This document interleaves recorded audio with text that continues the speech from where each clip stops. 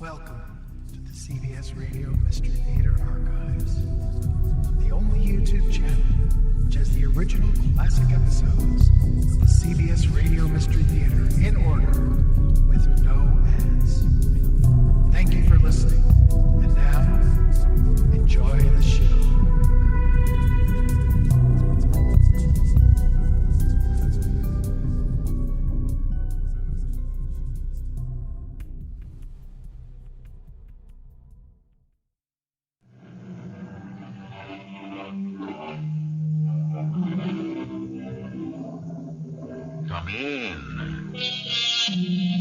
Welcome. I'm E.G. Marshall.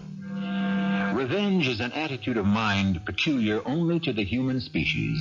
So far as I know, man is the only living creature who will plot, plan, and punish to settle a score or get even.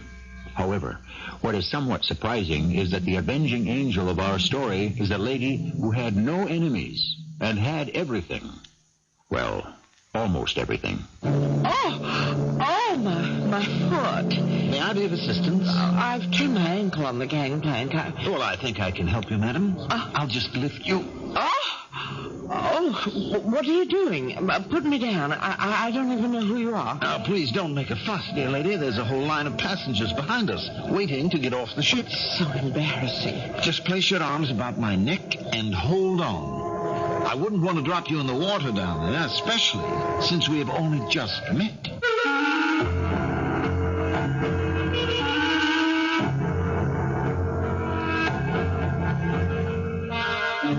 Our mystery drama, Henrietta's Revenge, was written especially for the Mystery Theater by James Agate, Jr. and stars Patricia Elliot.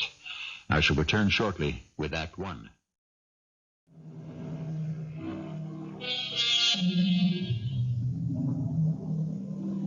There are two fascinating characters who go to make up our story of the shady, dark, and sinister.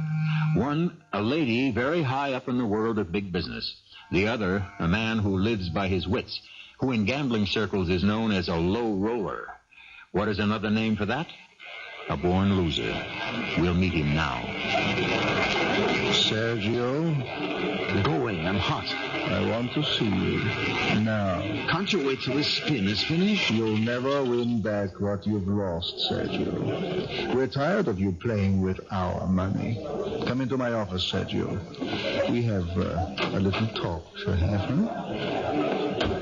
This is a bad time for me, Fritz. You don't know how bad a time if you don't do as I ask. You're threatening me. I'm not.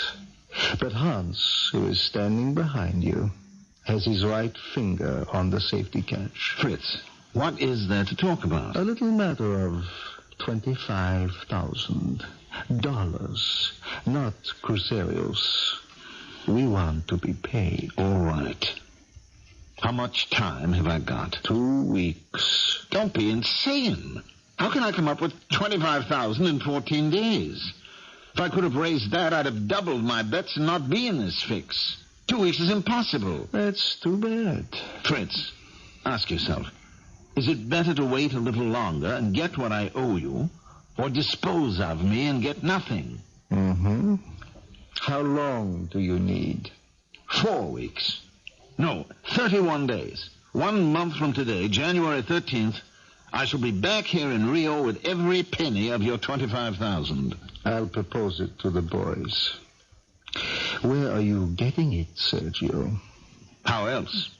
The old tried and true way. You're going to get married again? If I have to. You've got a rich woman on the string? I'll get me one.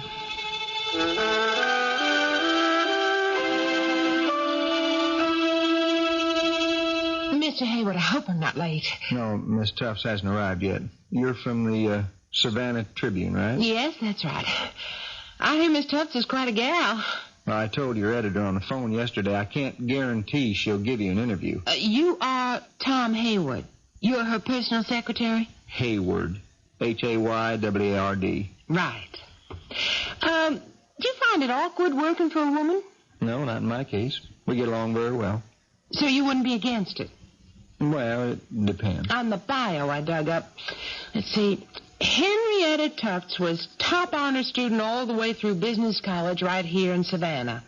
At 24, she took over her dad's gas station, and in 2 years parlayed that into a string of garages from Georgia to Alabama. At 26, overseas manager for Planet Airways. And at 28, she joined us here at U.S. Motors, and today, Miss Tufts is executive assistant to Carl Eaton, the president. Morning, Tom. Oh, good morning, Miss Tufts. There's a reporter here from the Savannah Trib who would like to interview you. Well, tell her she picked a bad day. I'll be available the week of January 5th. Come into my office, Tom. I want to see you. Hey, did she say January 5th? Yeah, that's what she said. Well, I'd like to know why then. You be here. That's all you have to know.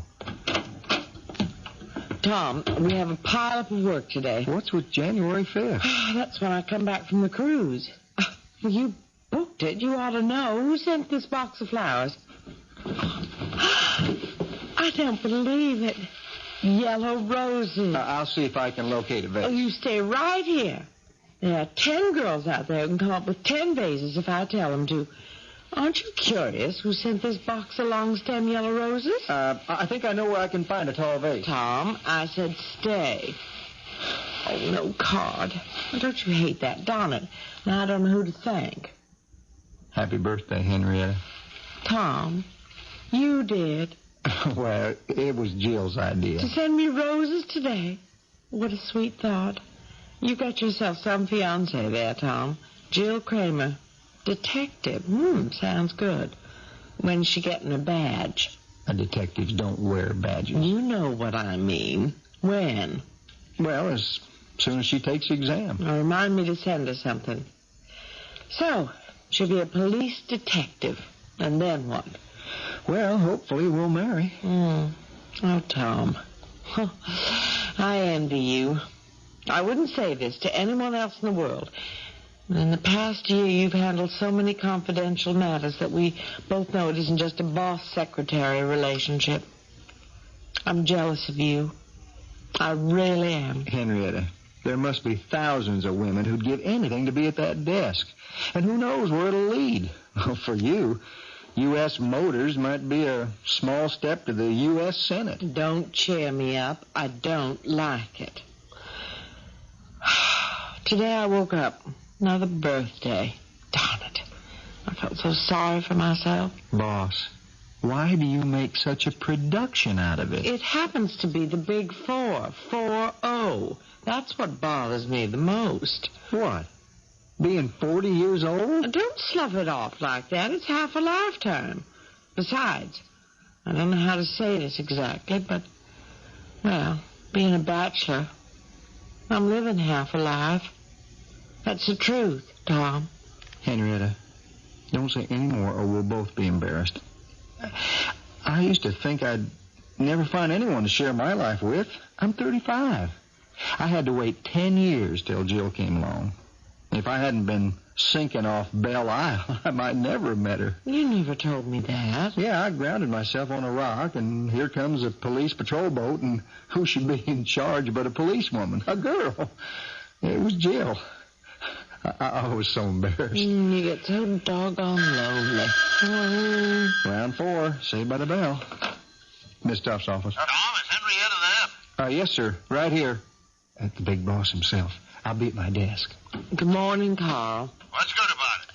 You seen the balance sheets? Carl, if you're testing my reflexes today, forget it. Mark down I failed the question. Okay, what's good about this morning? All right, Henrietta, just relax. Now, I've got a more important question to discuss with you. Rebates. Not a bad idea at all. Might move our Z models. How much were you thinking of? Well, say $300 per car. That ought to get those wheels rolling. Can you come over and we'll bat it around? I'll see you in 10 minutes, Carl.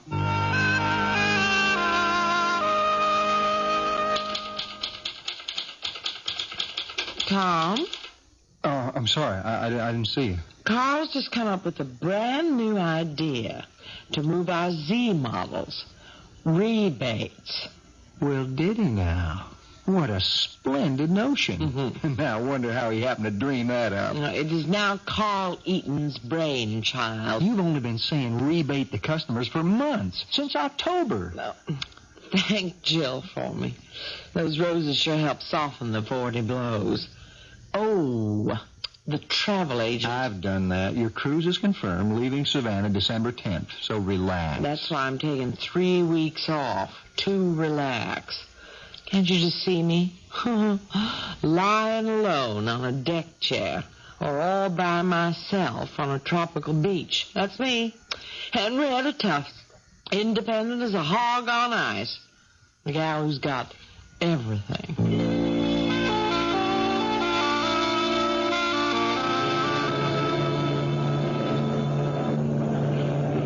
Passengers disembarking for St. Martin will please gather at the gangplank on the boat deck. Passengers disembarking will please leave from the boat deck. One at a time, please. Hold on to the gangplank railing. Plenty of time for everyone to enjoy themselves. Oh, my foot. It's caught. May I be of assistance? I think I've turned my ankle. Oh, I can't walk. Well, what do you think we should do, madam? Well, I don't know. I'm holding up all the passengers. Please, what are you doing? Now, you just relax and don't be afraid. The Commodore will carry you. Oh, that's all everybody tells me. Relax. Put me down. I'll be happy to carry you the rest of the way to the dock. Put me down, sir. Now, don't make a fuss. There's a line of people behind us waiting to get off. Now, here, place your arms around my neck and hold on. I wouldn't want to drop you in the water. Just yet.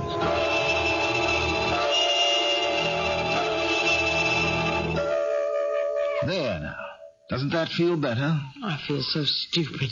Sitting here outside a waterfront cafe with my foot on a chair. You know, I don't think it's too badly twisted. But a little ice, the swelling will go down more quickly. Garçon, would you bring us some champagne, also a napkin and some cracked ice? Permit me to introduce myself. Sergio Parisi. I'm on the same cruise with you. And I am Henrietta Tufts. I'm certainly glad you were standing behind on the gangplank. I don't know what I would have done. It was meant to be, madam. Now, you don't have to call me madam. I'm not married. Mademoiselle. The Commodore understands.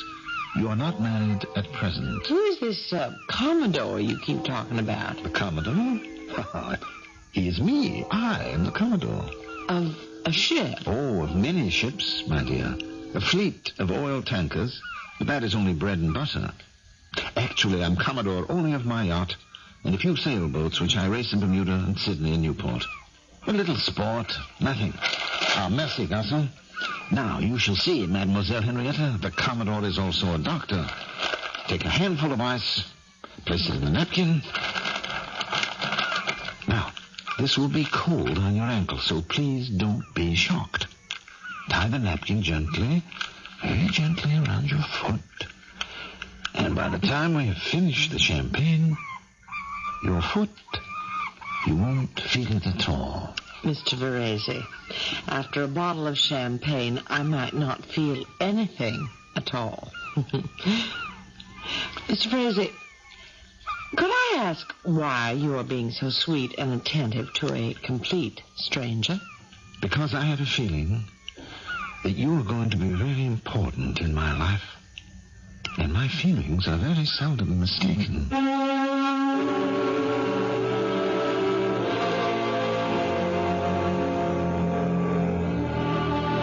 Of course, Henrietta Tufts is going to be important in the life of Sergio Parisi.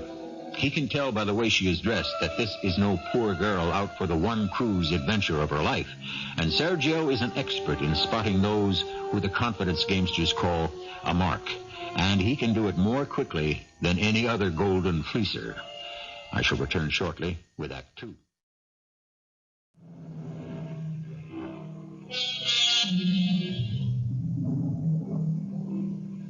Don't you believe it that Sergio Parisi, native of Rio de Janeiro, Brazil, just happened to be on the same cruise ship with Henrietta Tufts, native of Savannah, Georgia? Not so. Henrietta was on vacation. Sergio was on the make. He had exactly 31 days to make $25,000 materialize before his creditors dematerialized him. Speed, therefore, was essential. Darling? Sergio? Penny for your thoughts. Oh, nothing, Henrietta, sweetheart. The Commodore was just sadly looking over the rain into the fog and thanking heaven that we met. And thinking that tomorrow this is all over. Does it have to be all over, Sergio? What can the Commodore do in America? My shipbuilding, my oil interests are all in Latin America. You could do all that from Savannah. I'll tell you, darling, what I was thinking. There's no reason why my company, U.S. Motors, couldn't become interested in some phase of your shipbuilding or oil tankers. There could be a merger there somehow, if you wanted it. I'd welcome whatever could be done so that I wouldn't lose you now that I've just found you. Hold me closer, Sergio. Oh, that foghorn is a frightening sound. It's always fog in January on your American coast. Oh, we had beautiful times on the islands together, didn't we? You know we did, darling. I don't know why that sound makes me shiver so. Oh, it's as if it's trying to tell me something. My dearest girl, I wish that nothing would frighten you ever again. Will you always be there to make sure it doesn't, Sergio? What is it you're asking me? How is that possible? I think everything is possible. Oh, friendship, yes, up to a point. And it wouldn't be hard to say goodbye. Well, then, why say it? What else can the Commodore say but that? Are you sure that's what he wants to say? No. Why don't you say what's in your heart? I suppose because the Commodore has won so many cup races, does not wish to lose, does not wish to be rejected. What makes you think I'd reject you? Oh, many reasons. We come from different cultures. Well, that's nonsense. Sergio. Yes. Will you marry me? What did you say? I said, will you marry me? Will you become my husband? You're asking me that question? That's what I wanted to ask you. You were too slow. I couldn't wait. Oh, my darling. I didn't hear you say yes. Are you rejecting me? Of course not. You're making the Commodore the happiest man in the world. Now, come in, Henrietta, come in. Take that comfortable chair and tell me all about him. Carl, I don't know where to begin. I must say, when you took 3 weeks off for a Christmas cruise, I didn't think you'd come back with a husband. Well, I'd always heard that a ship's captain can marry you, so we let him go ahead and tie a sailor's knot. When am I going to meet this lucky man? Carl, we haven't had our honeymoon yet. Honeymoon? Henrietta, I can't spare you another day. I didn't expect you to. I'm coming back to work. You see, Sergio and I, we thought... Is that his name? Sergio? Yes. He's not going back to Rio just now. I persuaded him to move in with me till we decide where we're going to live. You're Brazilian, and this husband of yours, hmm? And from a very wealthy and distinguished family. I want you to meet one day. He has a fleet of oil tankers, and maybe that's something U.S. Motors ought to be thinking about. So, my little Henrietta's married. Well, I view all that with mixed emotions. I dread to think we're losing a policymaker for a diaper changer. Oh, not for some time, Carl. Don't you worry. And you're sure about this fellow, are you? What do you mean? Well, I mean, someone you met on a cruise. I mean, you don't know his people. Carl, how old am I? He's moved in with you now. It doesn't sound like a rich Brazilian to me, not the ones that I've met. What's his last name? Now, you're not going to put in a call to our Brazilian distributor and check him out, are you? Me? Call Raphael? Why would I do that? What is Sergio's last name? Varese. Okay. Sergio Varese. And if you really want to know, you suspicious old coot, he never has to do another day's work in his life if he doesn't want to. Oh, no? No. He has income from his businesses and investments, which are handled by his Rio bank, and it's a healthy 6 figures. All right. As long as you're satisfied, we're satisfied. But I must tell you, it was somewhat of a strain for me, those 3 weeks you were on your cruise. It's nice to be missed. You know, your secretary, Tom Hayward, did an okay job. Better than okay. I knew he would. One day, you'll be picking him out of the ranks. He was first class on follow-ups. And to get this rebate promotional out to all the dealers wasn't easy. Tom's not going to be a secretary all his life. Oh, you know he's engaged to a lady cop, studying to be a detective. I know that marriage is very important to you these days, but if you don't mind, let's put a little thought into selling cars, okay?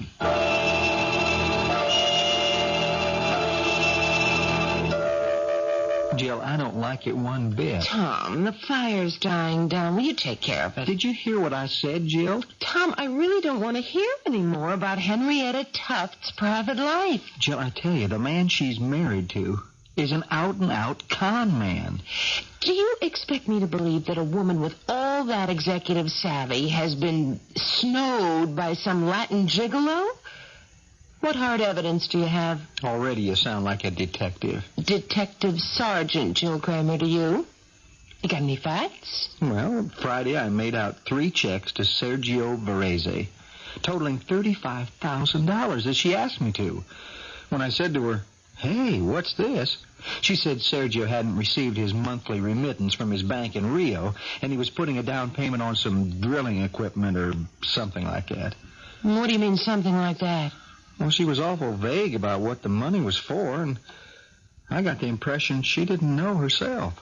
Well, where did she get the $35,000? I had her treasury bonds sold, practically all her savings, and made out the checks to him like I was told to. Well, she's worked hard for every penny, saved all of her bonuses, lives quietly, and this guy meets up with her on a cruise, and they're hardly off the ship 3 days when he's borrowing big bucks. Jill, we have to do something. Any ideas? Wait. That's all. Wait. And see if he pays it back.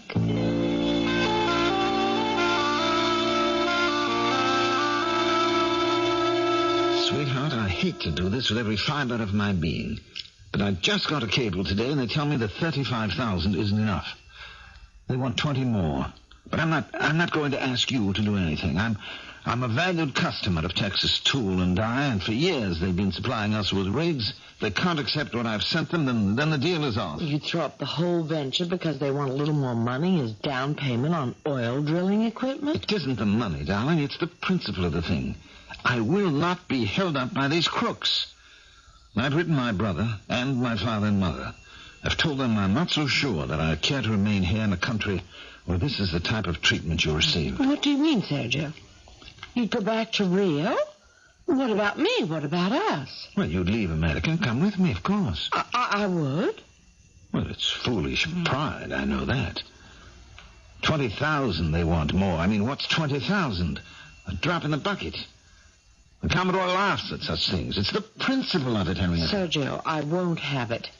I've been having some conversations with the president of my company, and, well, frankly, I think there could be a future. Your company and U.S. Motors together. Besides, I have to stay here. What would I do without you? My love, what did you do without me before? I don't know. I can't even think. Look, I'll get that money for you. Now, don't you say a word. It's my contribution to our marriage.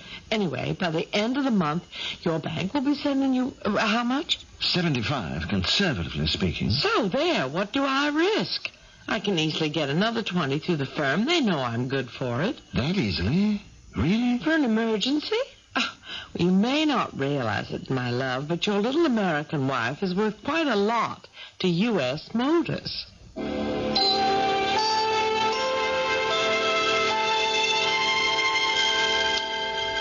Tom? Yes, boss lady? Has Mr. Eaton returned my call yet? His secretary just hung up. I was coming in with a message. Oh, come in then. I got a call from Rosemary, and she said Mr. Eaton was a little under the weather and wouldn't be coming in until Monday. Oh, that's bad luck. Was there anything I can do for you? Oh, I'm afraid not. In this particular instance, only Carl himself can help me. Well, if it's something for immediate decision, what about the chairman of the board? I can reach him. He's in Detroit all this week. No, that won't do. Get me my husband on the phone, will you? Yeah, I'll put it through from my desk.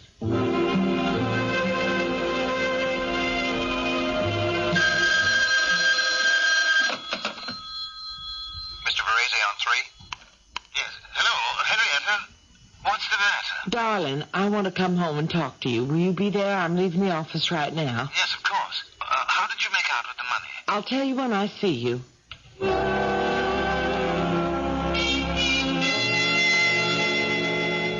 Now, Darling, Look, don't be angry, and try not to be disappointed. My boss, Mr. Eaton, is sick.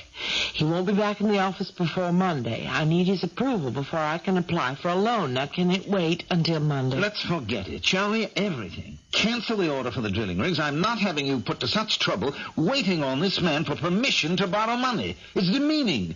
And I can't allow my wife to do it, and that's final. Well, I can't do that. Do you?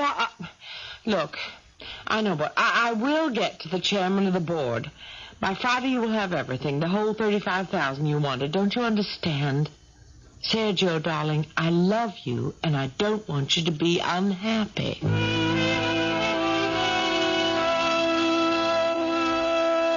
It's too much, Jill, just too much. Today was the end for me. She got the chairman of the board to authorize a $35,000 loan against next year's salary and bonuses. Well, I thought she already gave her husband $35,000. She did, out of her savings. He said 70 altogether. I made out the checks, 3 last time and 2 this time, 1 for 15 and 1 for 20. I asked myself, why? Oh, he's paying someone off. You think so? Well, you're the detective. I believe you. But how she doesn't see she's being taken, I don't know. And she's only been Mrs. Sergio Varese for 3 weeks. If she's that. I never thought of that. If they're really married, you mean? How can we find out? Well, we have a distributor in Rio called Rafael. Look, I'll give him a call, first on company business, and then ask him to check into this Sergio character. Jill, I never thought I'd ever do anything behind Henrietta's back, but somebody's got to protect her.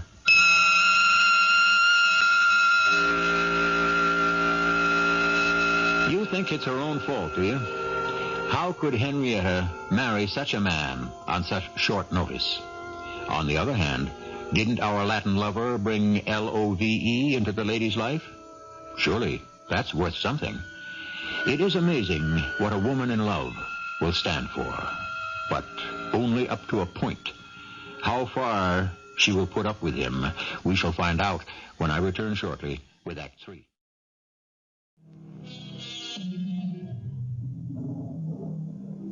As I stand here in the wings of our Mystery Theater, I remember something Will Shakespeare said of a heroine of his.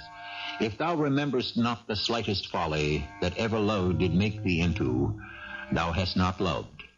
Will Henrietta remember these days as folly? She's within 30 seconds of opening her apartment door. Inside, her husband is on the phone. Fritz, can you hear me? Yes, Sergio, I can. I got your letter today with its 25 enclosures. Good, that's why I called, just to make sure. We're all right then, we're all paid up. Where are you calling from? Savannah, Georgia, in America. Sergio? What? Darling? I'm home. Fritz, I've got to hang up now. I'll see you. Oh, hi, darling. You home all day? Well, trying to run an international business by telephone is not too satisfactory. Did you make any plans for dinner tonight? Matter of fact, I did, my darling. The Commodore is cooking for his lady tonight. Now, I never asked you, but do you like Brazilian dishes? I never had any. We have a drink first, no? We have a drink first, yes. Oh, it smells divine. What is it? It's a dish of my mother's, feijoada. It is to us what your Thanksgiving turkey is to you. Here you are, darling. Here's your drink. And here is to your mother. I telephoned her today. Darling, she's very, very ill. I must go to see her. Oh, I'm sorry. Well, of course you must go. And you must come with me. Oh, I wish I could, darling, but how could I? Well, you must. She's very anxious to meet you. Well, I can't. I've just had 3 weeks off. Well, 1 more week won't matter to your United States Motors, but it could matter a great deal to my mother. Why so? Can't we go see her in the spring? Well, as soon as she hung up, I called her doctor in Rio. He told me it was touch and go. What's wrong with her? Oh, many things. Look, now you understand. I cannot waste even a single day. I must take you to meet her. But what am I to tell Carl Eaton? What do I care what you tell your Mr. Eaton? Tell him the truth. That your husband's mother's in Rio, that she's dying, and she wants to meet you before she dies. And just who do you think you are, talking to me in that tone of voice? You are my wife, that's who. Oh. You have certain obligations, and it's about time you found out what they are. I'm sorry, your mother isn't well. In my country, we respect our parents. We fly to them when they need us. Fly then, but don't count me in. Sergio, I suddenly realize you and I have a totally different way of looking at things. Careful with that drink. You're spilling it on my tile floor. I'll show you how careful I can be. Oh, well, I see. So you in Brazil know how to act. Throw temper tantrums, break glasses. You pick up what you threw down, Sergio, every broken piece, and mop up the floor. In my country, the woman cleans the house. That was one of my best crystal glasses. You picked that up. I'll pick up nothing for you. I must have been crazy to become involved with an American. Oh. So Carl was right. It's true what he said. What's true? Never mind. I want to know what has been said about me. You're twisting my arm. I won't tell you anything. You think force is the way to treat people? I'll show you. Sergio, you have no idea how sorry you're going to be that you slapped me.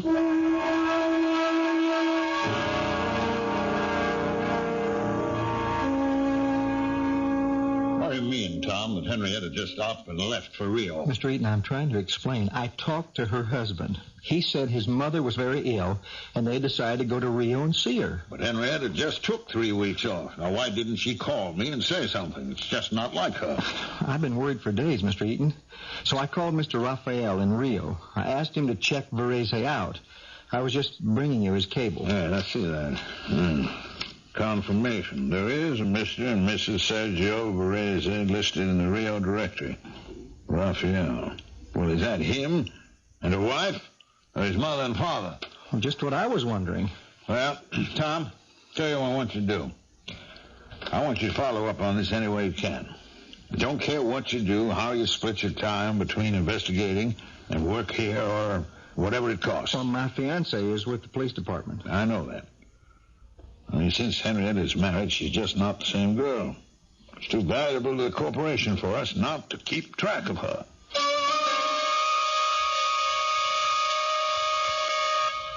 Mr. Eaton, the call from Rio you've been expecting for a week is on the line. Oh, good. Hello, Raphael. Yes, well, I've been hanging in midair for 8 days waiting for your news. Yes, the ship docked in Rio yesterday. I got that. What do you mean he was, but she wasn't? Why didn't you call me sooner? Look, don't pay any attention to directors' meetings. My wife never does. They did? This morning? All right, fine. Goodbye, Raphael, and thanks. Ship got into Rio. The Varese character disembarked, but Henrietta didn't. She wasn't in her cabin. The next day, the ship started back for Savannah. Varese got on alone. Well, I don't know how he did it, but he took $70,000 of her money, and then he... Well, I don't dare say what I suspect. What? Tell me, Tom. Well, I hope she didn't discover he was a phony and face him with it, so he had to get her out of the way. Well, if that's true, why would he come back to the States? When does that ship get back here? Hey, look, Tom, check the line. When it docks, you'll be there. I certainly will, Mr. Eaton.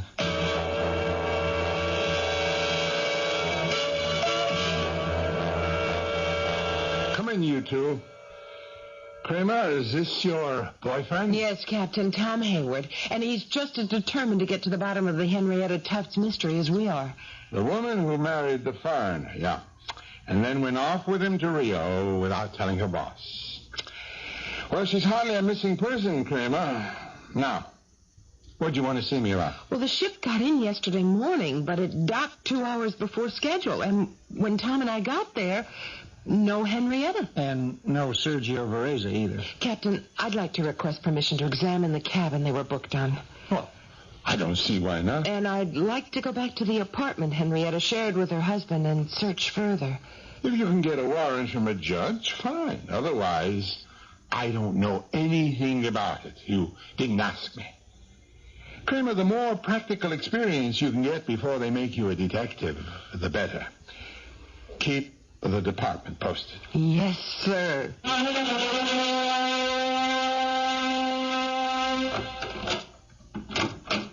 Come on in, Tom. Oh, that sure was a cooperative superintendent. Jill, I'm still shook up over seeing the cabin they were in. You mean because of the porthole? Porthole? It was a full-size window. plenty large enough for him to push their body through it somewhere between Savannah and Rio. Now, look, just because no one saw her get off the boat in Rio doesn't have to mean that. All the people we talked to, the crew, stewards, they don't remember seeing him getting on or off either. Come on, let's have another look at the bedroom. Looks pretty much the same to me as it did before. Except that one side of that double bed has been slept in. Henrietta? Shh. It's him. Sergio Varese. May I ask what you two are doing in my bedroom? My name is Kramer, 13th Precinct Police. Here's my ID. Lady policeman. Well, I'm Mr. Varese, and I live here. Who's he? I'm your wife's secretary. Where is she? Where is Henrietta? Tom, I'll ask the questions. I'll be glad to help you all I can. Mr. Varese, where is your wife? Isn't she here? Now, come on. You know she's not. Tom? Mr. Varese, you thought your wife was here? Well, of course. Where else would she be? And where have you been? I've been to Rio to see my mother. Now, where have you been since your boat docked yesterday? Well, I spent last night in the apartment. So you knew your wife wasn't here? Well, I thought she might have come back by today. Mr. Varese, would you mind coming along with me to the police station? Not at all. If you can help me find her. Now, just wait 1 second till I change my tie. I'm beginning to understand, Jill. What? How Henrietta could have been taken in by this man. He is certainly one cool cat. Captain Connolly, I can tell you only what I know. Yes, I had booked passage for Henrietta and myself to sail to Rio to visit my sick mother. Why sail if it was such a rush deal? Why not fly? I'd hoped to recapture some of the magic of the first time my wife and I had met. I know it was foolishly romantic of me, because Henrietta never made the trip anyway. Oh, well... Time up. Let's hear Mr. Varese tell it his own way. Well, about 3 weeks ago, before we sailed, we had a quarrel, as married people often do, about seeing my mother. Henrietta refused to go with me and simply walked out. Well, then she never sailed with you.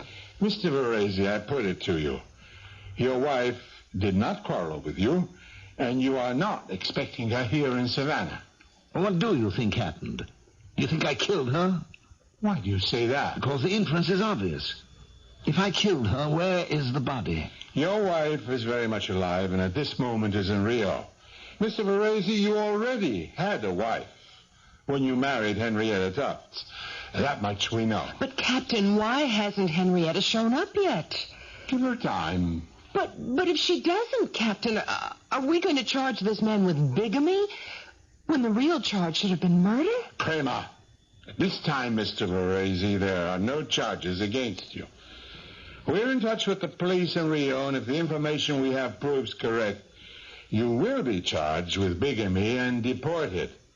In the meantime, I urge you not to leave Savannah.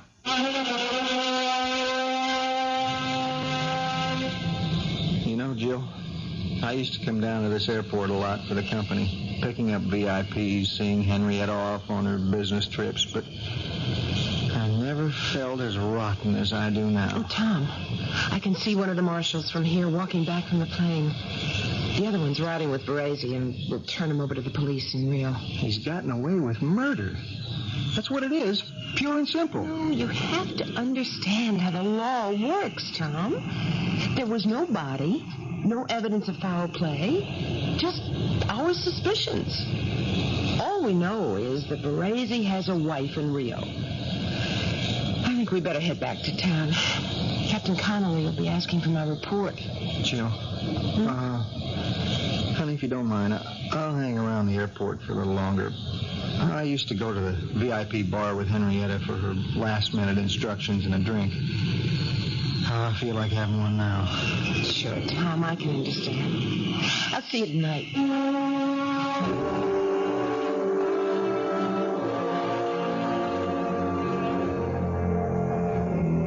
Bartender, I'll have another double. And make that a bourbon on the rocks for me. Oh. Hello, Tom. Henrietta, is that you? You look as white as a sheet, Tom. Well, Well, I always look like that when I see a ghost. Henrietta, you're alive. I have been, all along. It is so good to get out of hiding. You didn't see me at all, did you? Huh? I followed you out here. I wouldn't have missed seeing handcuffs on that louse for anything. Well, where have you been? Wearing this black wig and sunglasses, living in a hotel, and counting the days until they kick Sergio out of the country. I thought someone might think he'd murdered me, so I called Carl, and he said he'd keep it quiet, which reminds me, Tom, Carl is waiting for the news. Let's get over there. Henrietta, you're a sight for sore eyes. I'm sorry I couldn't see you right away, but a call just came in from Rafael in Rio. And what did he say? Well, he was at the airport when the marshals unloaded the man you thought you were married to. I tell you, that Sergio character is in big trouble. Seems he mailed $25,000 to pay off a gambling debt. The Brazilian customs checked it, resealed the envelope, and then picked up the addressee, big-time gambler who thought he'd been set up. He gave their cops a list of Sergio's wives as long as your arm, including his legal wife. Then, when he landed, they found the rest of the $70,000 he took from you, checked the numbers we sent them, got him on bigamy, theft, smuggling currency. Got to be 10 to 20, Raphael says. Oh, yeah, come in, Tom. Henrietta, that reporter from the Trib showed up again. Wanted to know if you'd married a married man. Well, I told her there wasn't an ounce of truth in it, and that she'd just done herself out of an interview. What did I tell you, Carl? Didn't I say Tom Hayward was going places in this company?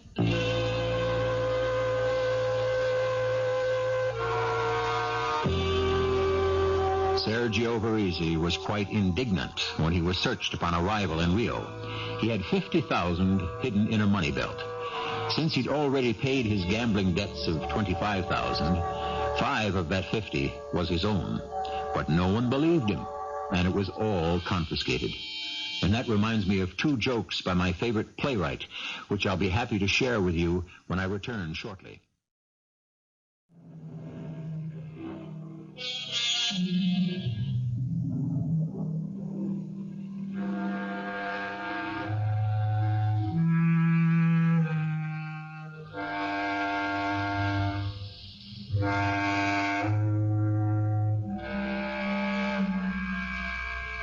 The playwright who often wrote about swindlers and the swindled was William Congreve. In fact, he could have conceived the plot just unfolded, certainly the characters. Women, he said, are like tricks by sleight of hand, which to admire we should not understand. Would that be Henrietta? As for Sergio, Congreve wrote, "He that first cries, 'Stop, thief,' is often he that has stolen the treasure." Our cast included Patricia Elliot, Joyce Gordon, Bob Kaliban, and Mandel Kramer. The entire production was under the direction of Hyman Brown. I hope you enjoyed this episode of CBS Radio Mystery Theater. If you've enjoyed this and want to hear more, please subscribe to this channel. You can also visit my other YouTube channel by searching Mr. Brian McCarthy in the YouTube search bar. Till then,